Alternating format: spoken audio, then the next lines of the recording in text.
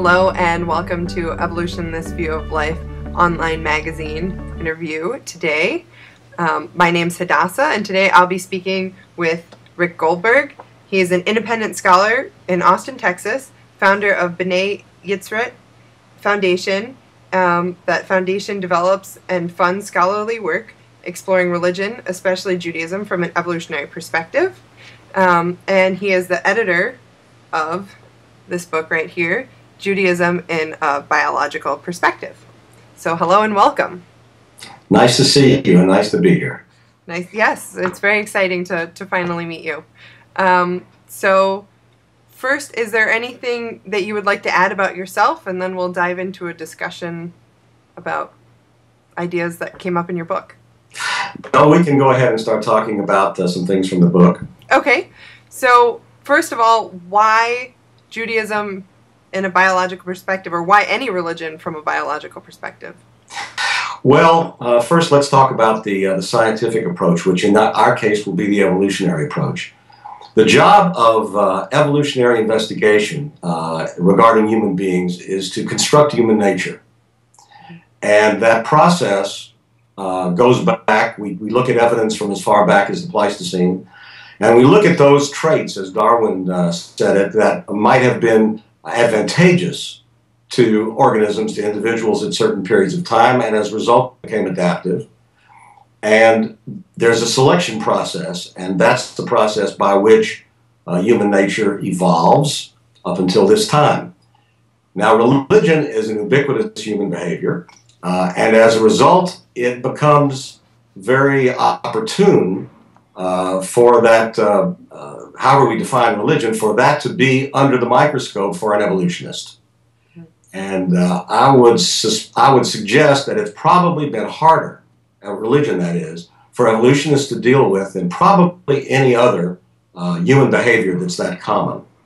So it's important that religion be defined properly so that it can be focused upon by evolutionists and others, so we can look at this human behavior and figure out why it's going on and why it makes biological sense. Because religion is also interested in the nature of human beings and cannot operate except within the context of human nature. And I would argue that's especially true of Judaism.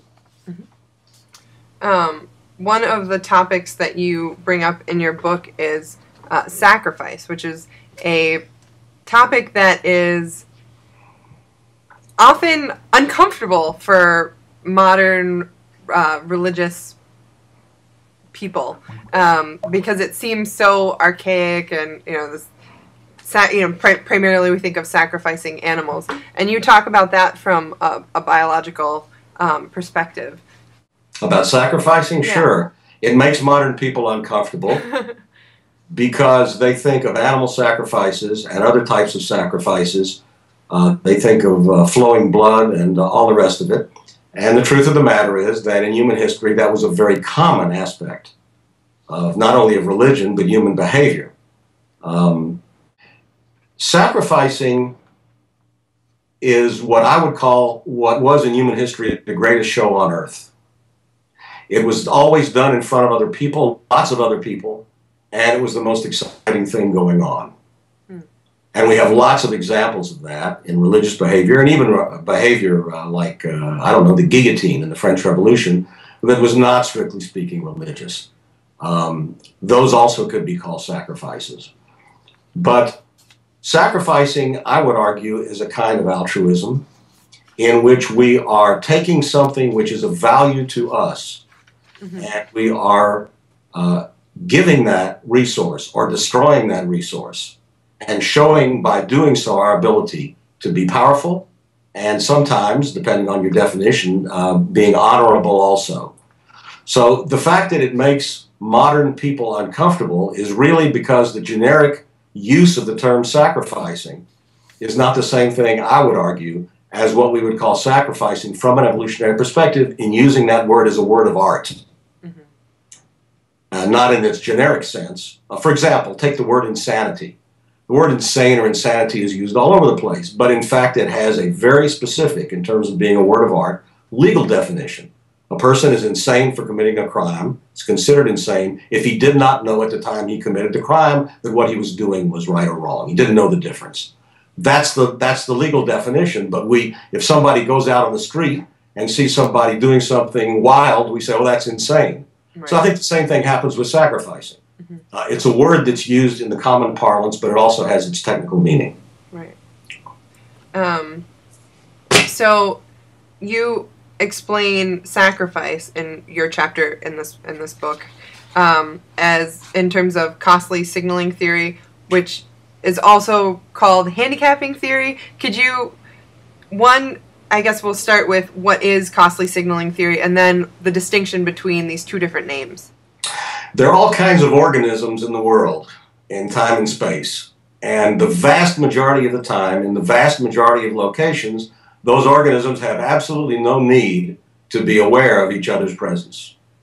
They're unaware and don't care.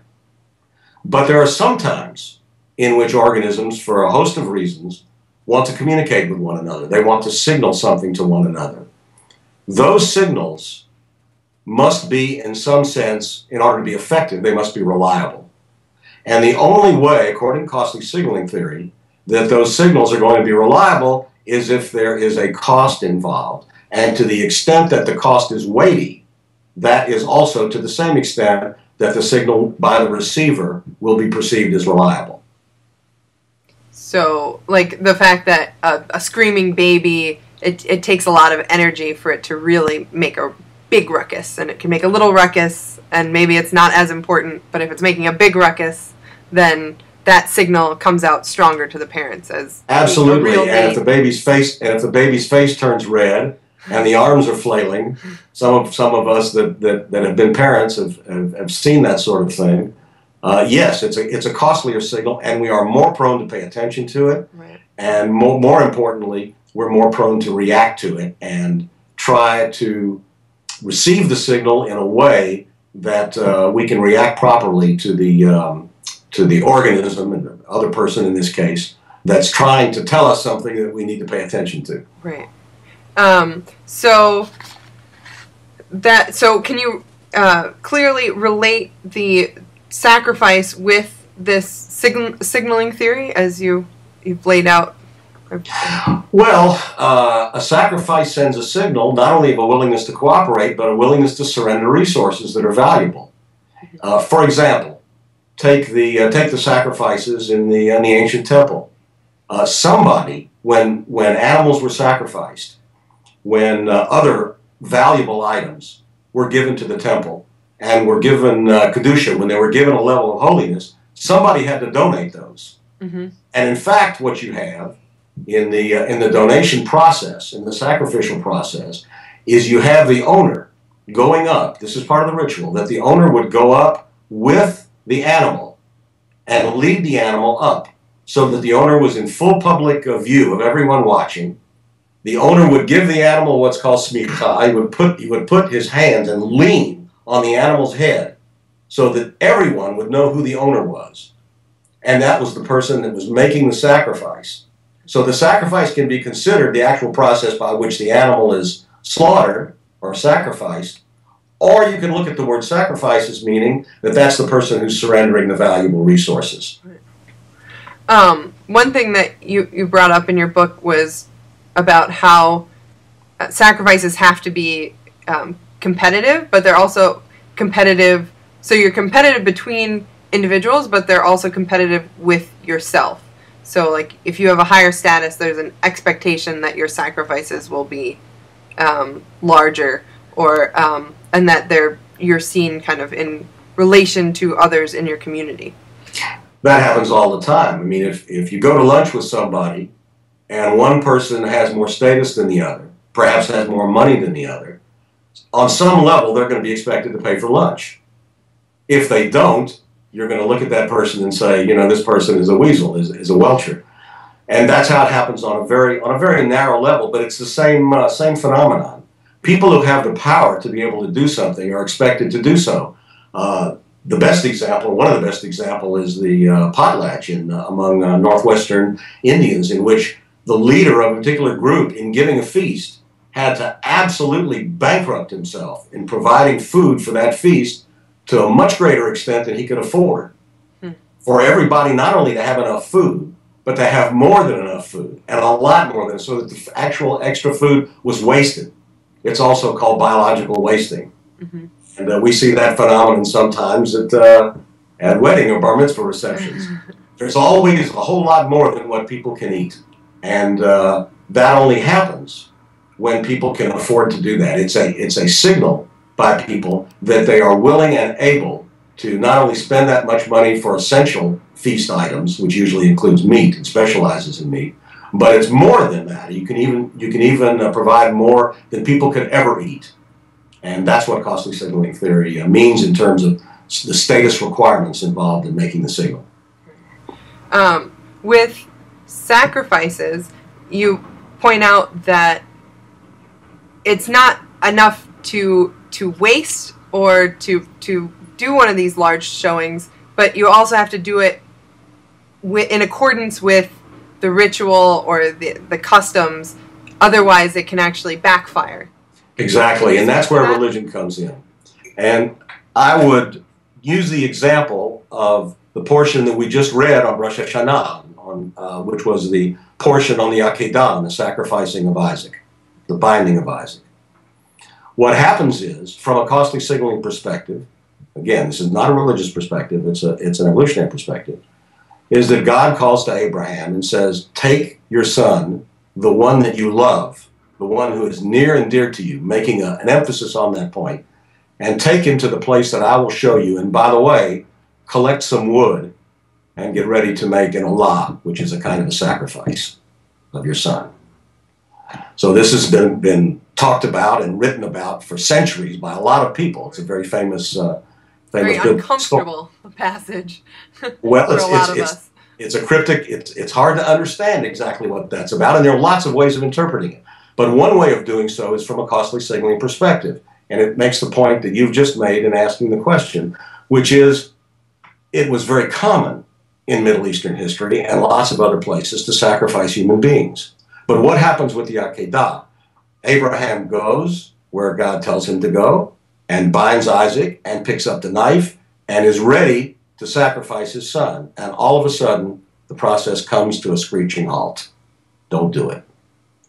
And what I would argue, again, from an evolutionary perspective, is that what's happening is that God is showing Abraham that there are limits to the ability. The Jewish religion has limits as far as one's ability to send costly signals. Even though this is your son, even though this is the son that you love the most, you may not sacrifice him because human sacrifice is not allowed. Sacrificing of animals and other resources is not only allowed, but it's required in lots of cases. But no human sacrifice is allowed, unlike other religions extant at that time in the Middle East, where sacrificing of children and human beings was quite common. Right. And currently, I guess a current example might be during a time of mourning or like the 40 days that it would be inappropriate to throw a huge feast or some sort of large display to a community. So maybe that would count as in terms of a financial sacrifice or a big celebration. It wouldn't be appropriate. Normally you would say, well, anytime anyone wants to pay for everyone to have food, that's great. But there's actually, even today, a time when you might not want to make a big show of wealth. Well, that's exactly right. I mean, you do have food in mourning practices. When people have a Shiva meeting for the 7 days after a relative dies, people bring food to their house. But so it's a different tone. Exactly. Right. But it's not there for anybody to show off. Right. It's there to help the mourners get through the process, because they may not feel like or be able to prepare food for themselves. But that's exactly right. What religion does is restrict appetite. And I'm not speaking specifically of food. It made me think of that. But it restricts the appetites of people. So people who want to make the costliest of signals, who can afford to do so, who can waste when one makes a conquest and can and conquers an army, you can waste the people that you've conquered. If they're valuable to you or not valuable, you can show your power and your strength by wasting them, by getting rid of them. But there are restraints on that. So religion does that, and the Jewish religion certainly does it. It restricts the appetites, the ability of people to waste in some ways and excessively, especially as you're pointing out, at certain times when it's not appropriate. Right. There's kind of there's different moods, and you want to match the mood of the different times of the year.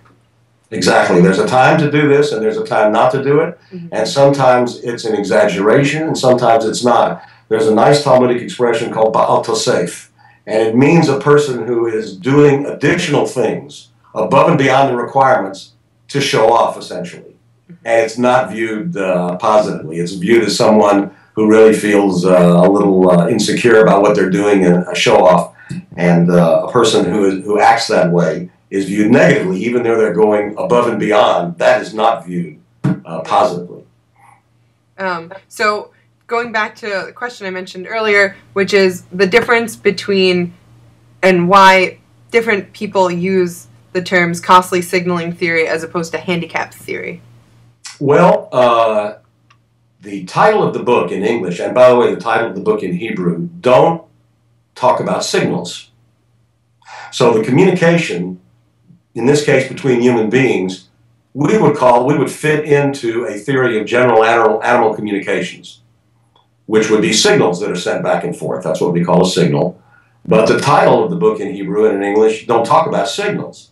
The handicap principle basically refers to animals that take upon additional physiological traits and other kinds of traits also, religious obligations and so on, to show that they are able to survive and thrive despite those, what I would call encumbrances. Right. But the peacock being the key example. That's as colorful a symbol as we have, and that's the one Zahavi, who originated costly signaling theory, that's the symbol he uses. But interestingly, the title in Hebrew, in part, the last part of the title, is Ikaron HeHachbada. And Ikaron is the principle. And Hachbada is an interesting term in which you have a double entendre in Hebrew. It means not only a burden or burdensomeness or weightiness, which is kind of what a handicap is, but in Hebrew, that root also means honorable. Kavod is honor. So you can get at the basis of what Zahavi is doing by using that double entendre. That is a burden, such as that the peacock has. So makes him honorable because he's able to survive despite that handicap. The problem is when you go and translate that title into English, you don't have a word that has that kind of double meaning. So the word handicap in English has other connotations beyond what handicap theory is talking about. A person in a wheeled chair is called a handicapped person. Zahavi certainly doesn't mean that. So the word is somewhat inappropriate in English, and that's why people don't use handicap principle that much. They prefer costly signaling theory both because they have the idea that we're dealing in signals, and also because handicap is not exactly the appropriate word in the English language. Yeah, the idea that's coming to my head is two kids when they're arm wrestling, and the one person wins, and he's like, and haha, I'm actually left-handed. This kind of like, I beat you with my right hand and I'm left-handed. Kind of. Exactly, like the person who has a car with a bumper sticker on the back, and the car is a beat-up Volkswagen, and it says, my other car is a Mercedes. Yeah. So lastly, the last question I have is how do sacrifices lead to multi-generational effects, right? If coming from an evolutionary perspective, we often want to see that things not just affect ourselves, but our biological descendants. Well, lots of people would say that costly signaling theory, one of the problems with it is that it doesn't have heritability. I would agree with your question, in a sense, that it is heritable. And anything that is selected for as a trait that provides reproductive success or descendant leaving, differential descendant leaving success, has to be heritable, according to Darwin. And so as a result, what costly signaling does is it garners prestige for a person. And prestige runs in families. we live in a time in which everything, including religion, is, I believe, erroneously individualized. And we think that costly signaling has to be individualized also. But as we know, there's a concept in the world called aristocracy, and human beings tend to establish hierarchies. And the prestige, the high standing of fathers and grandfathers, family prestige, is visited on the sons and the children. And not only that, but as descendants inherit that which their ancestors have, it may be a happy inheritance, or it may be an unhappy one. So that's the generational effect that you have. Not only is it a cultural effect, because the religious culture will require those traditions to be practiced, altruistic behavior, which we call costly signals, to be practiced. But some families do so more than others, and some individuals do so more than others.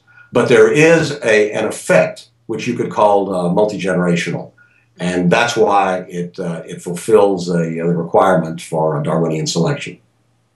Thank you, Hadassah. Great, thank you. Okay. And look forward to speaking to you again. You bet. Bye-bye. Bye.